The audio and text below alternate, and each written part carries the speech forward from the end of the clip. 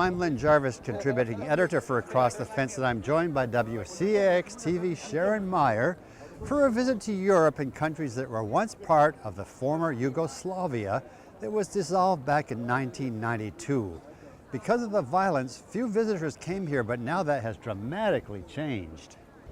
To give you an idea of where we are, here's a map that shows the former Yugoslavia, and it's now broken up into several different countries. Now we're visiting from south to north Albania, Montenegro, Croatia, and Slovenia. Since the breakup of Yugoslavia some 25 years ago, the region's become a tourist mecca, attracting millions of visitors each year that are now a big part of their economy. And we think you'll see why as you join us for this adventure along the historic and beautiful Adriatic Sea. Today we'll begin in the historic Croatian city of Dubrovnik. Despite being a protected World Heritage Site, Yugoslav forces inflicted heavy damage and loss of lives in the early 1990s when Croatia declared its independence from Yugoslavia. Thanks to donations from the international community and a $2 million annual budget, Dubrovnik has slowly been restored to its former glory. On our way to the ancient walls surrounding the city, we were drawn to the sounds of Luka playing the Ljuritsa, a three-stringed instrument often used to accompany traditional dances of the region. James, all the way from Minnesota, couldn't resist. The walls are breathtaking, as no other place in the world has such a perfectly maintained architectural treasure. The full circuit of ramparts clocks in at just under 1.5 miles. Along with gorgeous views, there are many other details you notice along the way, like laundry hung out to dry, and a peek at an elderly couple with one of the best pieces of real estate around. Just look at their view of the St. Lawrence Fortress that dates back to the early 1300s. The rooftops are a clue to Dubrovnik's character. At first glance, they are the perfect match for the gleaming limestone streets. The neatly overlapping red and orange tiles seem so deliberate and are the perfect coating on the city's irresistible beauty. That is, until you realize the lighter colored tiles are scars from the shelling blitz during the Balkan War. Except for those who were here, that's a distant memory, and now Croatia is reaping the benefits of its beauty and historic charm. We decided to stop for lunch, but we happened to arrive at just the wrong time. Watch and see what happens. Coming thoughts of eating with a bird. Oh my gosh!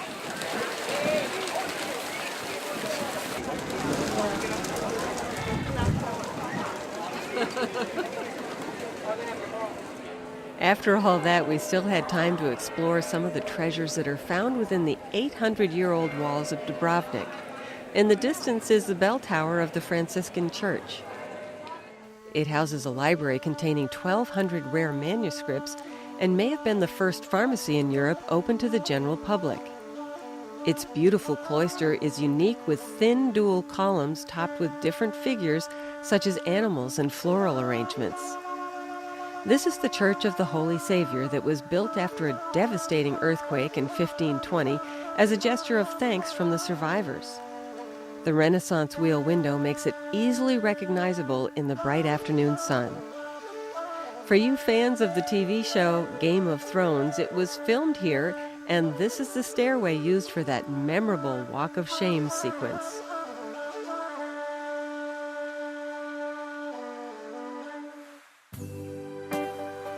Next, we walk down to the old harbor where ships were once built. Known for their durability, Dubrovnik was a naval power with a fleet of more than 180 ships.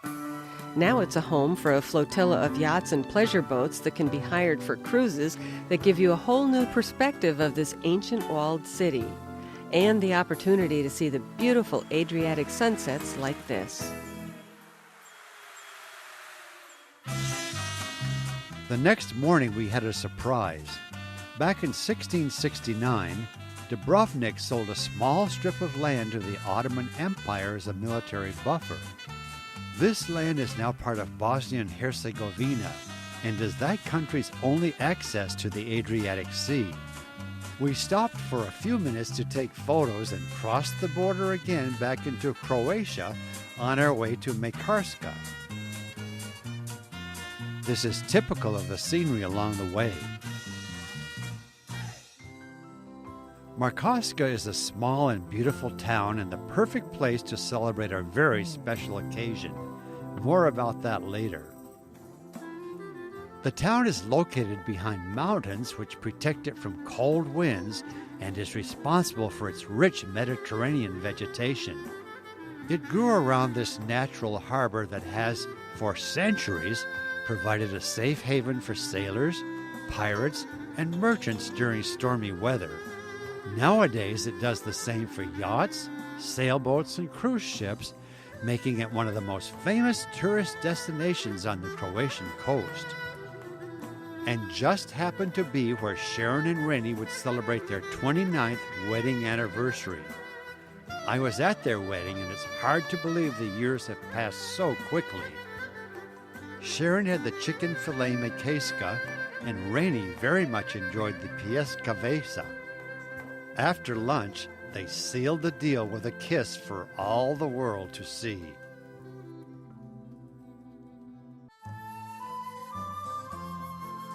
Next came Split, home of the historic Diocletian's Palace, one of the most imposing Roman ruins still in existence. This is the bell tower. It was built by Diocletian in the 4th century as a retirement home using gleaming white stone, with construction taking nearly 10 years. Through the north gate, we entered what is now called Old Town, covering about 20 square miles, and is home to some 3,000 people and many businesses.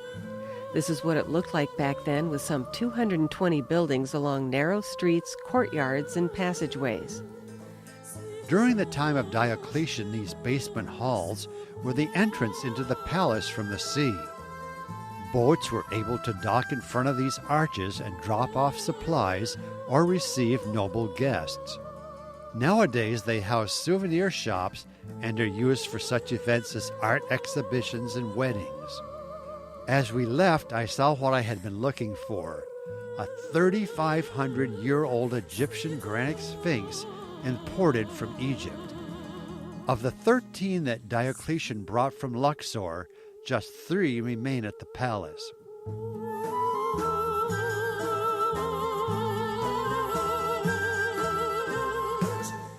Well, in spite of the torrential rains, we are excited to be at Plitvice National Park here in Croatia.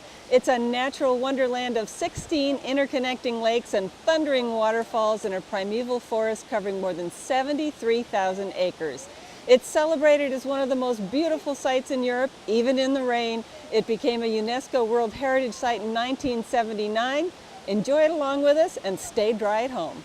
Maria dili grazie, cam vrazza portali grazie, e niti avvenuti grazie, oi Maria, fammi grazie, oi Maria, la difficile eterno pace, difficile di Dio, fammi grazie, oi Maria. Maria dili grazie, cam vrazza portali grazie, e niti avvenuti grazie, oi Maria, fammi grazie, oi Maria, che difficile eterno pace, difficile di Dio, fammi grazie, oi Maria, oi Maria, e tu sai i nostri guai, e se non aiuti tu, oh Maria, aiutani tu, oh Maria, e tu sai i nostri guai, e se non aiuti tu, oh Maria, aiutani tu. By the time we get to Opatia, the rain had stopped and we were welcomed by this local musician. Just miles from the border of Slovenia, Opatia lies in the Gulf of Kvarner and is a popular summer and winter resort.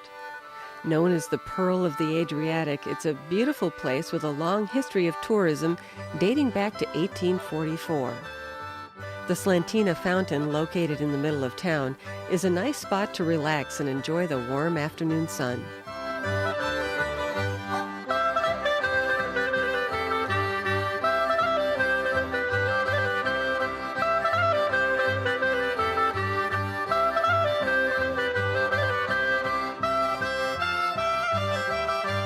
The next morning, we arrived in Slovenia and met up with Olga. Can you imagine the stories she could tell? If only we had a translator. We are now at the Postona Caves. It's a network of underground passages, galleries, and chambers, and it's the largest and most visited cave in Europe. We're going to ride on a specially designed cave train to see stalactites and stalagmites and much more. Let's climb aboard. In 1819, Archduke Ferdinand visited the caves and declared them an official tourist destination. In 1872, the trains were added to make it easier to explore. In 1884, electricity was installed to help attract more tourists that now exceed some 37 million people a year.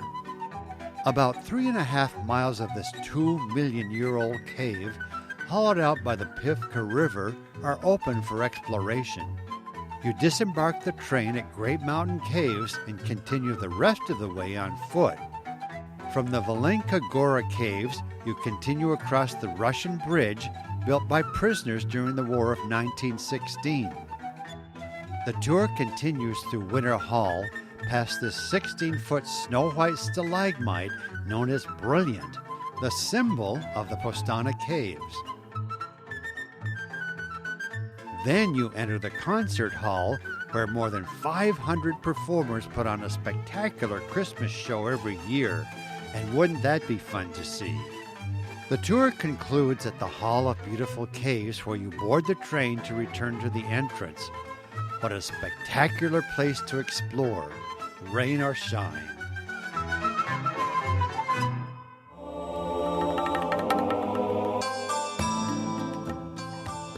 The last stop on our tour was the historic 11th century Bled Castle, and wouldn't you know it, it was another rainy day, but that just added to the beauty of the place. As we walked up the hill to visit the castle, we got nice views of the city nestled between the valleys of the Julian Alps. It is the oldest castle in the country and is currently one of the most visited tourist attractions in Slovenia. The castle is now a museum that houses artifacts and carvings from the 16th century.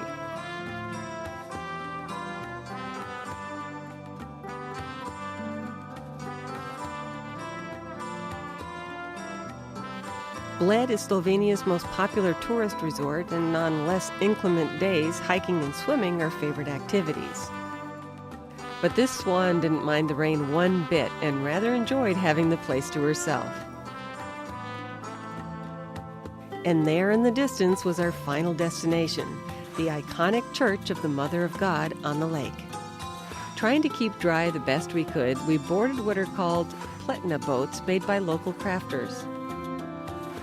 They're flat-bottom boats with a pointed bow and a stern widened with a step, making it easier for us to enter. Rowing cannot be performed by just anyone. The title of plenarstvo is kept in the family and handed down from generation to generation. Nick told us he usually makes 6 round trips a day, but with the rain, he's only done half that today.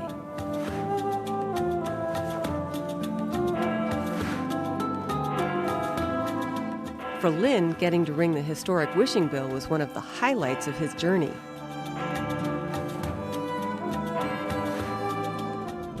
While for Rainey, it was to witness the mechanism that operates the bells and chimes in full action.